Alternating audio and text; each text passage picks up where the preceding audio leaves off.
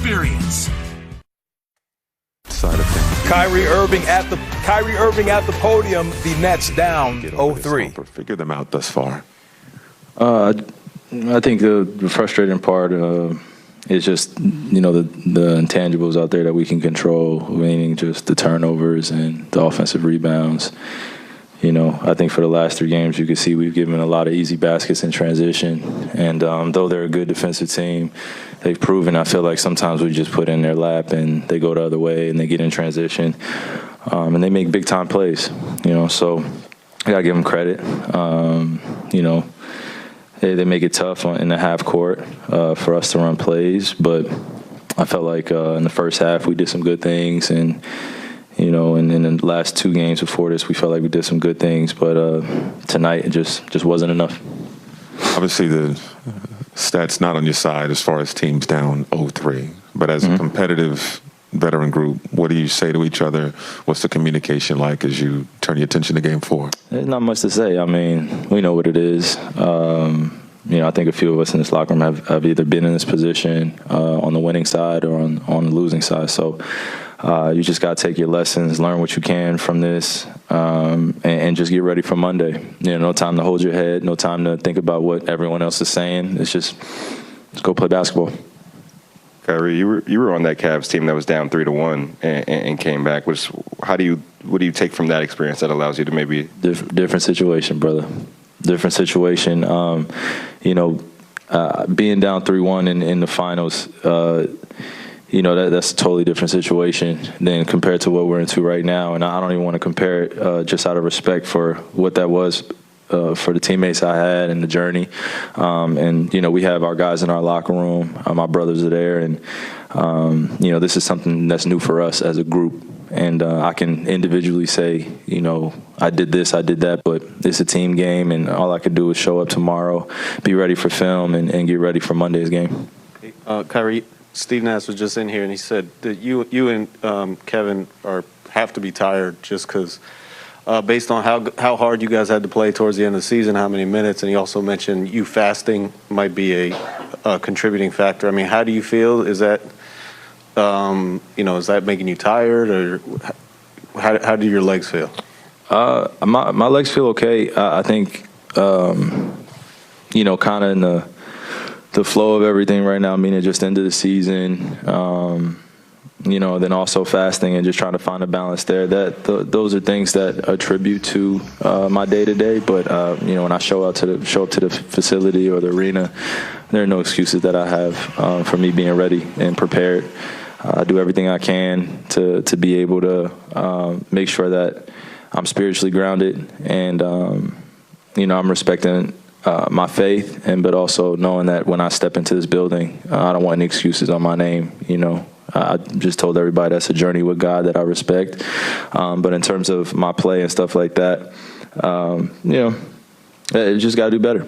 Just got to do better. There's no, don't want to sit up here and be like, hey, this or that. Just got to do better. Playoff basketball is usually, a game of runs back and forth. But, after they made their run in the second quarter, you guys really couldn't have an answer to even tie it from that point. Mm-hmm. When Blake was in here, he was talking about he thought the spirit was not where it needed to be today. Do you agree with that assessment? And if so, why do you think that would be? Well, I respect Blake's opinion, and I honor it.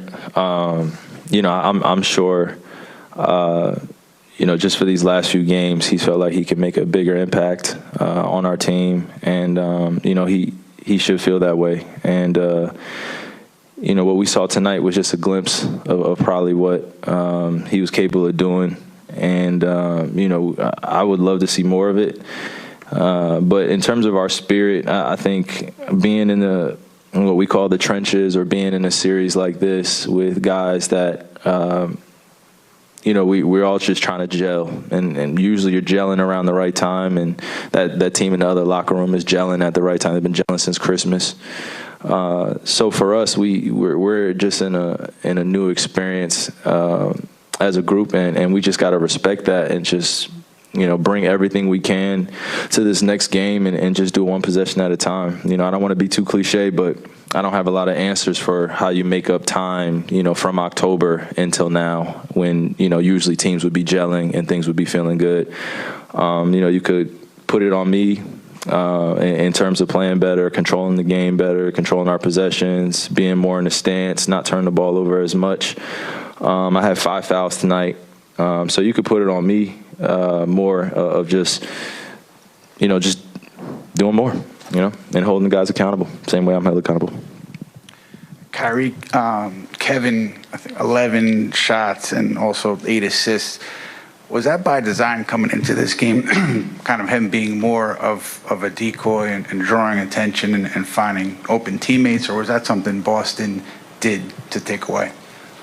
I think we were just trying to find a balance of him being at the top of the key attacking, but also not taking as many wasted dribbles going against their set defense. So we tried to decoy him a little bit, but I think he probably has a better answer than I do on that because, he's K, so he thinks the game a certain type of way. And when I was out there, I was just trying to give him the ball as much as possible on the second side action, throw it to him where he has space, and just watch him go to work. But he did a great job of getting off the ball early. He came to the huddle, said what he saw out there, and we just went out there and executed. But just wasn't enough. Kyrie, specific to you and Kevin, what do you think you need to do in Game 4 to get rolling again offensively? Just trusting the flow of the game, trusting the rhythm, and really just shooting the shots that are there. I could look myself in the mirror when I know that I've shot my shots that were open, and of course within the flow of the game there are going to be some tough ones, but I feel like they're very makeable. And this thing could change. One game K could go instead of 11, 6 for 11. He can go 10 for 20 or 15 for 22 or freaking 20 for 22, and I could mirror something like that. But I think our focus really has just been on our team game, and when you're going against a good defensive team such as Boston, you really have to maximize your possessions. And when you're turning the ball over as much as we are, or we're giving up offensive rebounds at the rate that we are, it's hard to even get into that flow and rhythm. They're taking away things that for the latter part of the season this year, we've been able to kind of hide those habits or hide those mistakes, because me and Kay have played well. Now that we're not shooting well, it's polarizing. It's just like, well, what can you guys do to get on your game? And, we just go back, watch film, and prepare for Game 4. But, anything can happen. Anything can happen. Specific to that, Kevin as well as anybody, we're not used to seeing him have 3 straight games like this. How much is it weighing on him that he has not been able to deliver the way we're used to seeing? Well, Kay hasn't. I'm pretty sure Kay has had games in his past, where he hasn't played as well as he wanted to. I've had games like that. And then we have to sit in front of you guys and, answer questions about why things aren't going well and why the shot's not going in. And, and that's just a game of basketball. It's a game of averages, man. And you guys know better than me just watching from the sideline just that these things can happen at a change of a game where, a guy's coming in hot and, there's just a cold spell. It's just not the ideal time you want to not be shooting well, So we definitely put that expectation on ourselves to live up to the moment. And especially in a must-win game like this tonight, we definitely felt it. We felt like we had a good game plan coming in tonight, especially being on our home floor. It just didn't work out. But it's no time to hold your head or point fingers. It's just got to go back home and get the bulletproof vest on. Kyrie, there was a moment, I think, in the third quarter where KD threw a turnover on the baseline where you and him were doing like an inverted pick and roll. They came down and went to the free throw line. You and him had like an extended conversation. It looked like you were trying to keep his spirits up and he was frustrated. Did you notice that a little bit? Did you feel it kind of slipping away at that point? Yeah, no, I wouldn't. I can't necessarily agree with everything you're saying. You know what I mean? I'm not gonna put that okay, but that's what brothers do. You know, we looked him in the eye and told him how I felt. He told me how he felt, and we just moved on to the next play. You know, it's going to be frustrating moments out there within the game, especially when, you know, we feel like we should be making more of an impact. The ball should be going in the rim a little bit more. We should be getting stops on the defensive end.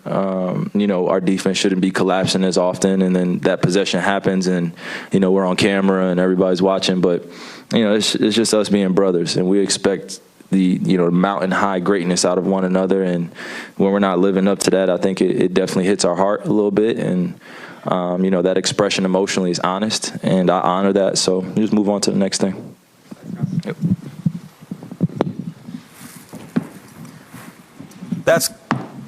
That is Kyrie.